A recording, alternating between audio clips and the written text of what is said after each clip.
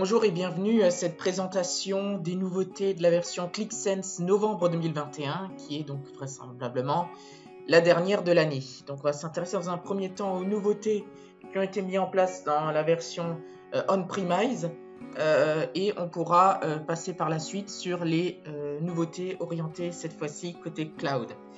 Donc la première en fait qui a été mise en place par Click, c'est la possibilité au niveau de ces différents graphiques de rajouter dans le pop-up des graphiques. Donc là, pour l'instant, on le voit, il y a la possibilité d'afficher des mesures supplémentaires que celles qui sont déjà utilisées. Néanmoins, au niveau des propriétés, si j'active en fait l'infobulle, je vois que dorénavant, il y a une nouvelle partie qui a été affichée, qui a été rajoutée, c'est la partie graphique, en plus des mesures et des images. Donc là, en fait, on va pouvoir faire appel à des graphiques qui sont déjà enregistrés dans les master visualisation, ce qui fait qu'à partir du moment en fait, où on le rajoute, on a la possibilité directement de l'éditer, ce qui va ouvrir du coup les options en fait, d'édition des éléments principaux. On a la possibilité de le supprimer et de choisir la taille qu'il va avoir. À partir du moment où on a fait ça, eh bien au survol, on va du coup avoir un graphique qui va s'afficher en fonction des segments sur lesquels je suis. Donc ça va marcher ici évidemment au niveau des donuts, mais aussi des graphiques en courbe, des graphiques en barre, des combos de charts et aussi des cartographies. Première nouveauté. La deuxième nouveauté va concerner ici le combo de chart, mais ça marcherait aussi sur les line charts, les bar charts. C'est la possibilité de changer l'affichage de ces axes d'abscisse, en l'occurrence ici le mois, où par défaut l'orientation de l'étiquette, je peux dire qu'elle est horizontale ou qu'elle est inclinée. Dorénavant, je vais avoir la possibilité de le mettre en couche. Ce qui veut dire qu'il va y avoir de manière à ce que c'est présenté ici, des étiquettes qui vont être plus facilement lisibles. Donc là, ça peut servir dans le cas où je vais avoir un graphique qui va être plus petit en termes de longueur. Et bien dorénavant, cette orientation va me permettre d'avoir un affichage qui va être plus facile à lire et à interpréter. Donc ici, orientation de l'étiquette. Je vais retrouver ensuite une nouveauté au niveau des line charts uniquement. C'est la possibilité au niveau de la présentation de définir en fait si j'affiche toutes les valeurs, si j'en affiche aucune ou si je laisse ClickSense choisir lesquelles. Donc parmi tout ça, il y en avait certaines en fait qui étaient déjà présentes dans les options. C'est la notion d'aucune ou d'auto. Maintenant, je peux forcer avec du tous, c'est-à-dire que je veux forcément que toutes les valeurs soient affichées sur le graphique. Donc, l'intérêt de ceci, c'est que je ne perds aucune valeur dans mon analyse.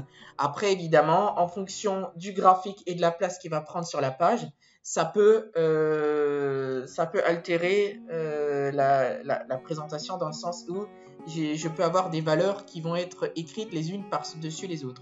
Donc c'est quelque chose à utiliser avec parcimonie, néanmoins dorénavant, il faut savoir que c'en est une possibilité.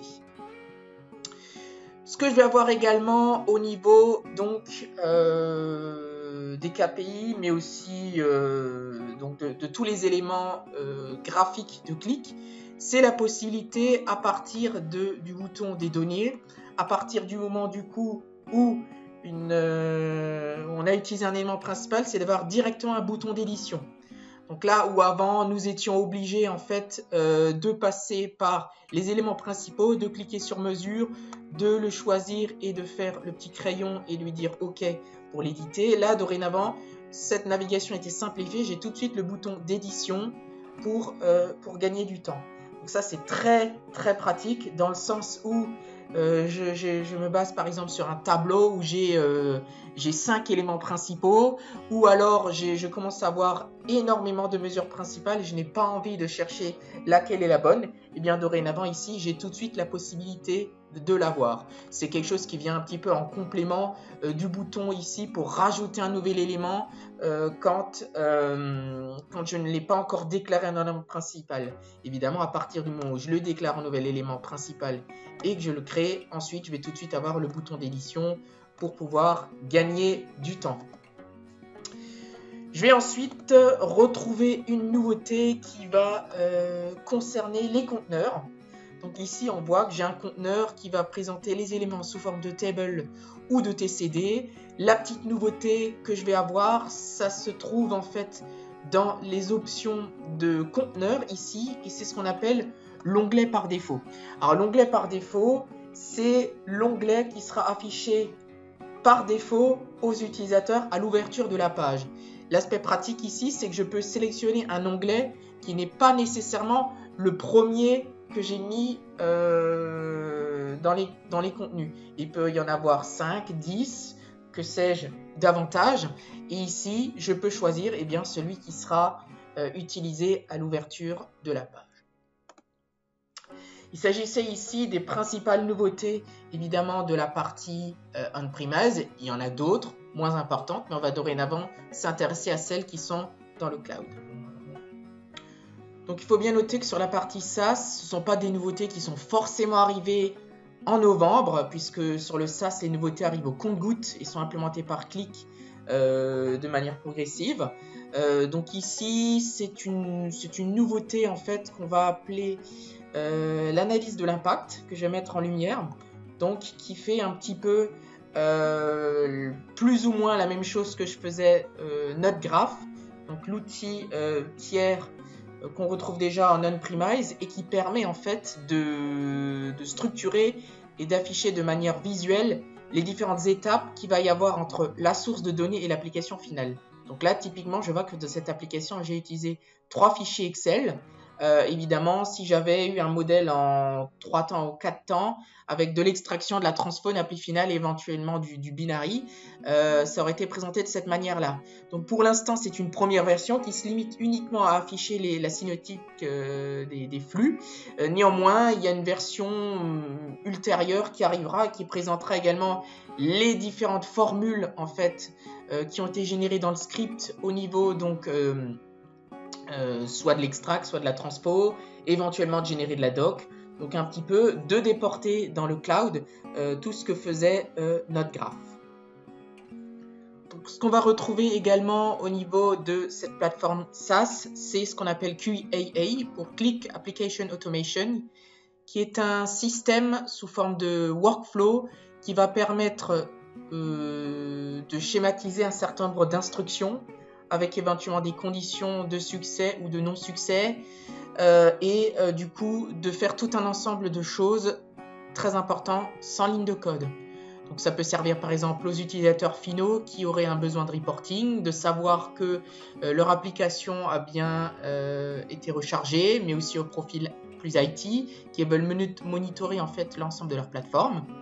Donc ici j'ai sur la partie gauche tout un ensemble de connecteurs, donc des connecteurs basiques, la plateforme mail avec un serveur SMTP derrière, des instructions clic, mais aussi d'autres connecteurs. Donc je vois qu'il y a de l'Amazon S3, du Google Sheets, du Jira, du Salesforce, etc. Donc ils sont nombreux et rien n'est pas exclu que d'autres.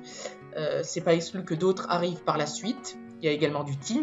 Donc ce que je peux faire par exemple, c'est qu'à partir du moment en fait où une application plante, donc c'est ici le cas de mon automatisme que j'ai mis en place, en fonction du rechargement, du résultat du rechargement, je vais en être informé soit s'il y a un succès, soit il y a une erreur. Donc en fait c'est sans ligne de code, je le rappelle. Donc ici dans les paramètres, je vais juste aller ici lui indiquer quelle est l'application que je veux utiliser, et ensuite sur mes conditions, donc je vais lui dire à partir du moment où donc c'est en succès, eh bien je vais tout simplement lui générer un mail me l'indiquant, sinon ce sera l'inverse. Donc ici c'est un cas très simple, bien évidemment Easyneo, nous avons prévu de vous mettre à disposition sur notre chaîne YouTube prochainement d'autres exemples de mise en pratique et avec des cas concrets. Ici, pour l'instant, il s'agissait surtout de vous expliquer l'arrivée de cette fonctionnalité qui finalement était quand même assez demandée.